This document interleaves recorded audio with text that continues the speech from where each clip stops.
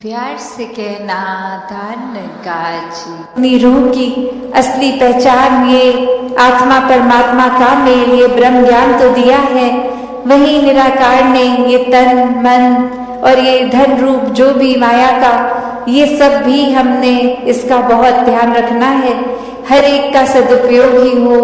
ये रूप चाहे अगर हम ये बात बोल रहे हैं मंगलाचरण में धुनी में कि ये तेरा रूप है संसार, तो ये रूप तो माया में भी है, माया में भी फिर निराकार है।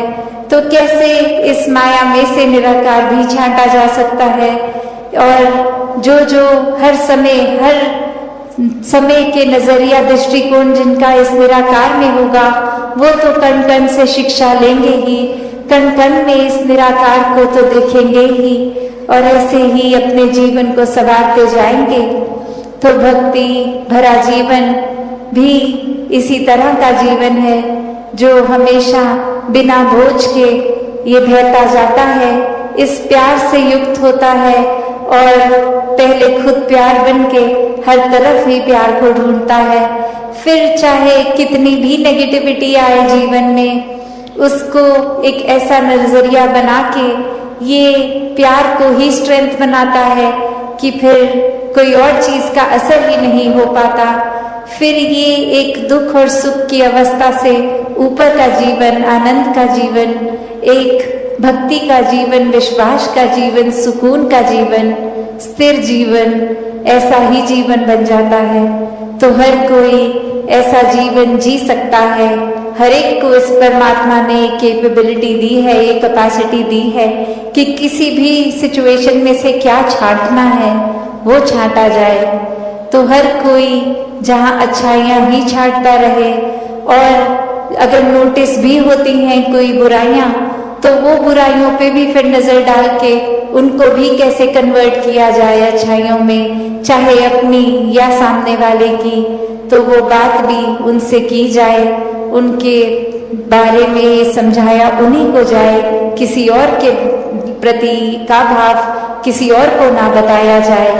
तो बात वही, एक भलाई का भाव मन में भक्तों के होता है, और ऐसा ही भलाई का भाव हर कोई रखता चला जाए, प्यार से युक्त होकर, एक pure form of unconditional love बनकर ऐसा ही सबको किया जाए। सैल्वेशन, मुक्ति, ये आजादी की बात इस आत्मा की, तो वो मनुष्य जन्म में ही संभव है। तो जीते जी समय न्याय व्यर्थ किया जाए, ऐसा ही संतों ने सिखाया है। तो कैसे ये आत्मा का हल, ये सल्यूशन, ये मुक्ति, ये परमात्मा की जानकारी, और उसी से अपनी आप की जानकारी होती है कि वाक्य में तो शरीर तो कुछ सालों का ही है, असल में तो इस आत्मा की पहचान ये परमात्मा है। और जीते जी इस रास्ते पे चलेंगे और अपने आप को मानवीय गुणों से भर कर चलेंगे, तो ही वाकई ही ये जीवन जीने के लिए एक असली जीवन, मनुष्य जीवन, दैवीय गुणों से भरा हुआ एक मुकम्मल जीवन होगा। और इसी समय फिर ये हकदार भी मृत्यु के बाद भी ये मोक्ष का, मुक्ति का। तो हर किसी ने हर समय पे यही मनुष्य को रास्ता दिया, जो आज भी संत दे रहे थे कि जीने को पूरा जीवन जो मिला है उसको कैसे जीना है। एक सिर्फ समय व्यर्थ करके या फिर एक किसी की नकल करते करते, जैसा वो कर रहे हैं, जैसा एक रिवाज, एक परंपरा, वैसा ही बिना समझे कारणों के करना है, या अपने जीवन को हर पल जीते जी वो कारण समझना है कि किस तरह जीवन खूबसूरत बनाया जाए, ये धरती खूबसूरत बनाई जाए। जिस समय हम इस धरती पे आए, ये धरती को जब छोड़ के जाएं, तो किस तरह उसको और सुंदर बना के जाना है। एक प्राकृतिक रूप में भी जहाँ एक कर्तव्य है हम सबका, किस तरह ये दूषित हवा को पेड़ उगा के भी स्वच्छ किया जा सकता है, और ये कचरा ना फैला के एक उस रूप में अपनी नियमित जगह पे वो कूड़ा इकट्ठा करना, और कैसे वो रिसाइकल की भी बात आती है कि व्यर्थ चीज नहीं करके उसका किसी और तरीके से भी इस्तेमाल करना। वही वो बात कि ये फिर प्रदूषण सिर्फ बाहरी संसार का नहीं, ये जीते जी हमें अंतर मन को भी साफ करना है, इस परमात्मा को और बसा के, जो कि पहले ही हमारे भीतर भी है, बाहर भी है, कण कण में है, हर जगह है। तो वही उदाहरण जो एक मृग का आता है कि एक खुशबू जो उसके अंदर ही होती है वो मृग समझता नहीं, और जगह जगह एक जंगल में ढूंढते ढूंढते कि ये खुशबू कहाँ से आ रही है, वो खुशबू तक जाने में भटकता है, और असल में तो वो कस्तूरी की खुशबू उसके अंदर ही है, उसकी नाभि से ही आ रही है। और कैसे ये समय फिर व्यर्थ हो जाता है सिर्फ और सिर्फ वो भटकन में। तो ये पहचान परमात्मा की जब हो जाती है तो वो भटकन एक समाप्त हो जाती है आत्मा की। अब उस तरह देखें तो फिर जिस तरह उस मृग को बता दिया जाए कि इधर उधर भटकने की जरूरत नहीं है, आप जिस स्थान पे हो उसी स्थान पर ये खुशबू भी है। तो बात वही, परमात्मा हर जगह है, अंग है। जिस समय जैसे अभी भी आवाज लगा रहे थे महापुरुष के ये ब्रह्म ज्ञान की दात आज सत्संग के बाद भी ये प्राप्ति की जा सकती है।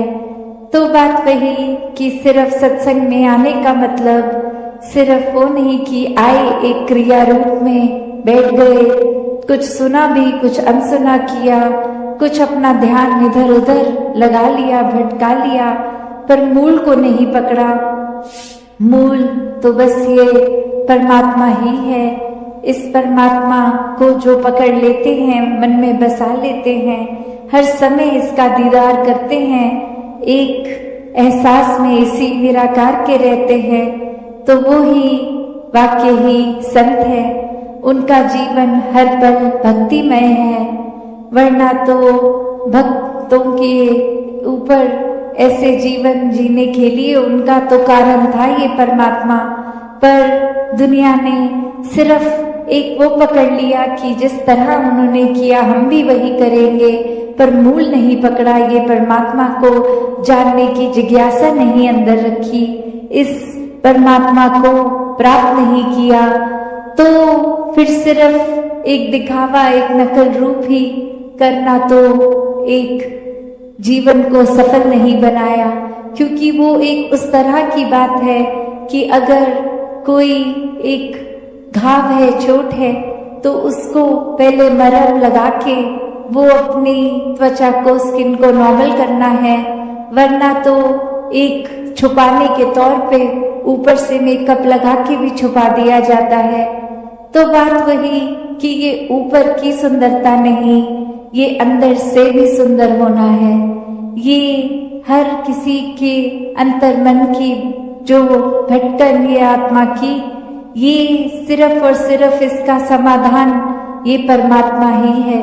जैसे ही इस परमात्मा को देख के भक्ति की शुरुआत की जा सकती है, उसी तरह फिर अपने मनों में और गुणों को भी अपनाया उसी पल से जाया जा सकता है। और वो फिर एक ऊपरी मेकअप की तरह अच्छा व्यवहार नहीं, एक अंदर से वो जिस तरह इस नाभि में खुशबू उस मृग के, तो वही अंदर से बाहर की सुंदरता तभी बनती है जब एक एक मानवीय गुण खुद बन जाते हैं। सिर्फ प्यार की बात ही नहीं, पहले प्यार बनकर फिर प्यार बांटना। सिर्फ एक विशालता की बात नहीं, इस विशाल निराकार परमात्मा से जुड़ गए। ये इतना विशाल जिसका कोई अंत ही नहीं है, कोई शुरुआत ही नहीं है। जब इसके साथ मन जोड़ लेंगे तो हम भी अपना मन इतना विशाल बना लेंगे कि सबको अपना लेंगे।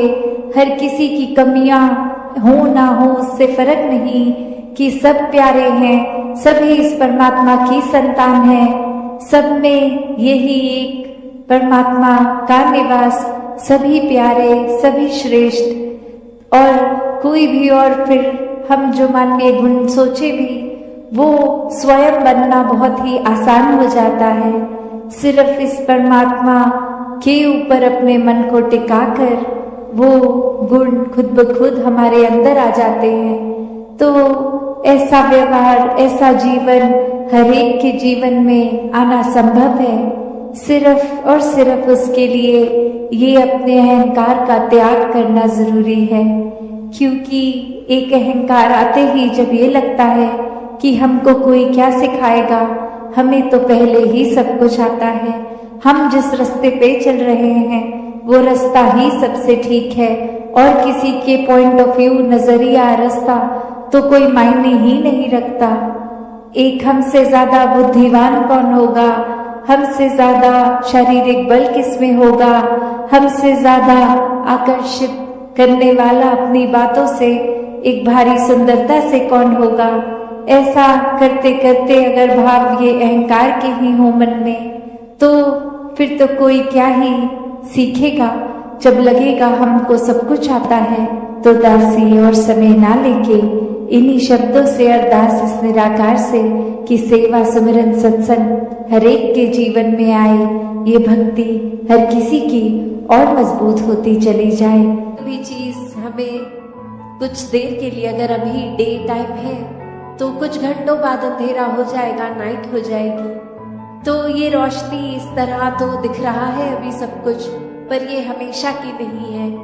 पर जो परमात्मा है, ये सच है, ये ट्रूथ है, ये ओमनी प्रेजेंट, ये निराकार, ये हर समय की सच्चाई है, हर समय की रोशनी है।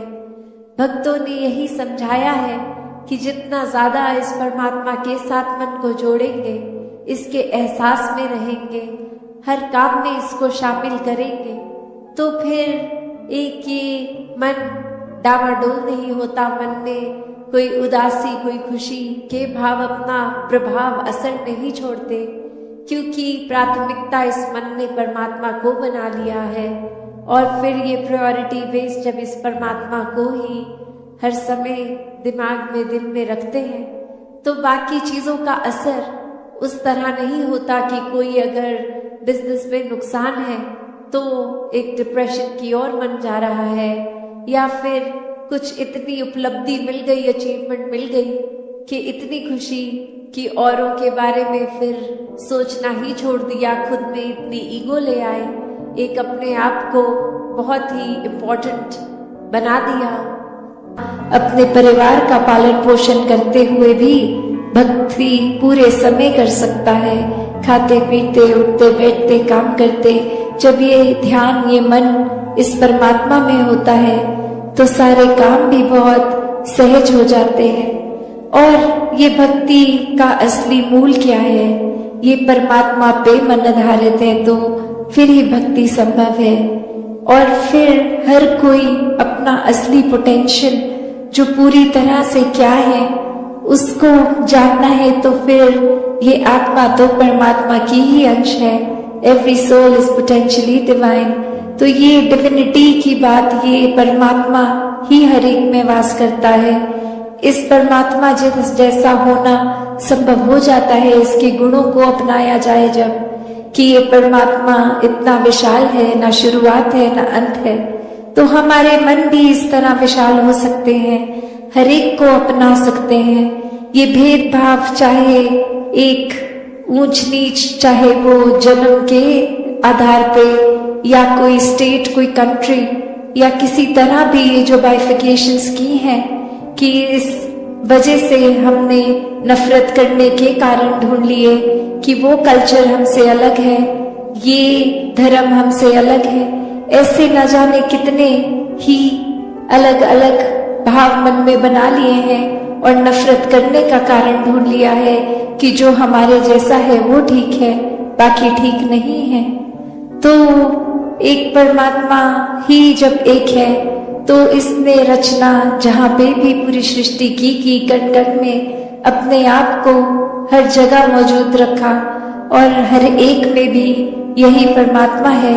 तो कोई भेदभाव, ऊंचा नीचा, नफरत के कोई कारण रह नहीं गए। ये बस मन की अवस्था। जिस तरह एक पेड़ होता है, तो अगर कोई पेड़ का हिस्सा, एक लीफ देखे, एक पत्ता देखे, तो वो अपने आप को यही कहती रहे कि पेड़ क्या होता है मुझे पता ही नहीं है। तो बात वही कि पेड़ का ही एक अंश ये पत्ता है, और जब उस पत्ते को पूरी तरह पेड़ बनना है तो वाकई ही एक जड़ों से प्यार करना है, एक पूरा उसी से जो सीड है अगर किसी ट्री का, एक प्लांट का, तो वो ओरिजिनेशन पॉइंट है। तो वहीं से वो पत्ते भी आए, वो फ्रूट्स भी आए, वो डाल भी आई, वो लकड़ भी आई।